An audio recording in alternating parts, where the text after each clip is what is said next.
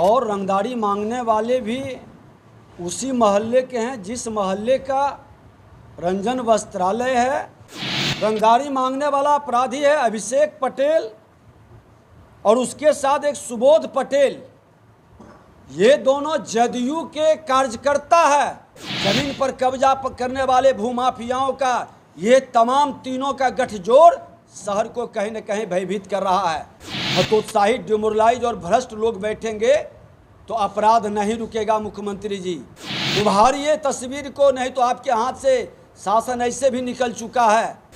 जो स्थिति आपकी बन रही है, आप अपना इकबाल खो चुके हैं, लोगों का विश्वास आप पर घट चुका है। नमस्कार, आप देखना शुरू कर चुके हैं लाइव सिटीज को। मेरा नाम अभिषेक है। बिहार विधानसभा के नेता प्रतिपक्ष विजय कुमार सिन्हा मुजफ्फरपुर पहुंचे थे। इस दौरान उन्होंने रंजन वस्त्रालय के मालिक रंजन से भी मुलाकात की है और इस दौरान प्रेस वार्ता में उन्होंने बिहार सरकार पर जमकर निशाना साधा है। उन्होंने कहा कि इस पूरी घटना में रंगदारी मांगने वाले जेडीयू के कार्यकर्ता हैं। नीतीश कुमार की पार्टी पर सबसे बड़ा आरोप लगा दिया है कि बिहार में अब रंगदारी जेडीयू के कार्यकर्ता मांग रहे हैं। क्या कुछ कह रहे हैं, पहले आप वो सुनिए। पहली बार इस तरह के रंगदारी की मांग की गई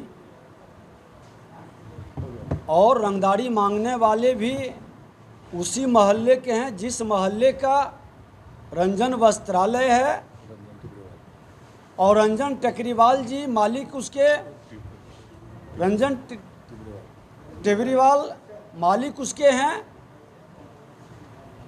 उन्होंने बताया कि 1.5 करोड़ रुपए का डिमांड किया गया। अब बताइए कि डिमांड करने वाला कौन व्यक्ति है? उस मोहल्ले का लड़का है। ये पहले चंदा तहसीलता था अपने पार्टी के कार्यक्रम के लिए। 2-2 हज़ार रुपया सब दुकान से। अभिषेक पटेल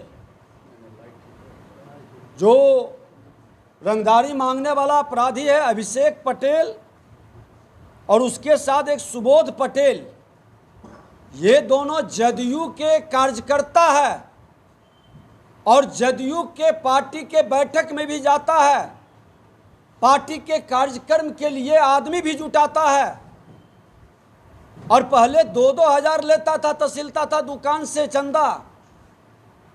अब जब लगा कि पूरी तरह से भाजपा हट चुकी है और हमारी सरकार बन गई है और हम लोगों को पूरा संरक्षण मिलेगा क्योंकि सरकार में अपराधी और भ्रष्टाचारी का बोलबाला है, तो इन्होंने सीधे 1.5 करोड़ का डिमांड कर दिया।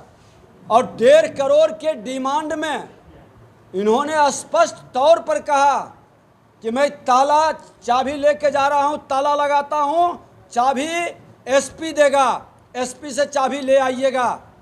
इतना निर्भीक है कि प्रशासन से इनकी पूरी तरह से साठगांठ है, प्रशासन का संरक्षण है। इसके बारे में बताया जा रहा है कि ये स्मैक का धंधा करता है, पूरा शहर को नशाखोरी में लिप्त करने वाला माफिया गैंग है। माननीय मुख्यमंत्री जी, आपके लोग, आपके ही कार्यकर्ता आपके शराबबंदी नशाबंदी को धत्ता बता रहा है और आप लोगों के संरक्षण में अगर जो ये स्मैक्स का धंधा कर रहा है, ये नशाखोरी शहर को करवा रहा है और अब इसका मन, अपराधियों का मन इतना बढ़ गया कि दिन दहाड़े ताला लगाता है, प्रशासन से निर्भीक होकर कहता है एसपी के पास चाबी रहेगा, आप इसकी उच्च स्तरीय जांच करवाइए किसी स्वतंत्र एजेंसी से। न बचाते हैं न फंसाते हैं।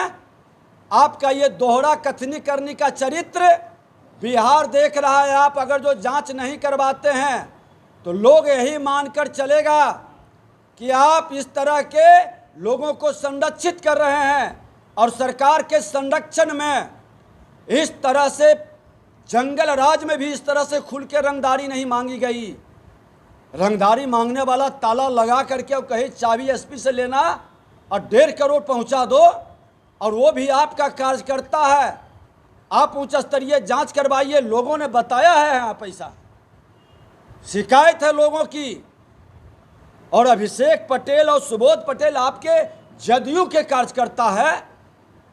शहर को नशाखोरी में माफियागिरी, ये अस्मैक नशाखोरी का माफियागिरी कर रहा है। ये बहुत बड़ा गंभीर आरोप है।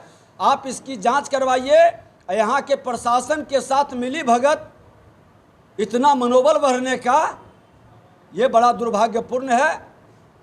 और बिहार के अंदर इस तरह के वातावरण, व्यापारियों के साथ रंगदारी मांगना, व्यापारी के यहाँ आज सुजगढ़ा में डकैती थाना के बगल में करना, आज कुशवाहा समाज के यहाँ बलात्कार की घटना करना, बलात्कार में भी कौन लोग हैं, नामजद अभियुक्त बनाया गया। आप पता करिए कि कौन लोग हैं, राजद से जुड़े हुए लोग हैं। मुंगेर में रेलकर्मी तांती समाज के लोगों की हत्या किया है, वो भी राजद से जुड़ा हुआ व्यक्ति है। समस्तीपुर में जो स्वर्णकार की हत्या किया है, वो भी आपके राजद के कार्यकर्ता है। अल्पसंख्यक समाज का वो पहले भी जेल गया और धमकी देकर। ये तमाम लोग प्रत्यक्ष अप्रत्यक्ष रूप से आपसे जुड़ा है। लेकिन अपराधी का कोई जात नहीं होता है, और अपराधी न किसी जाति न किसी धर्म का होता है।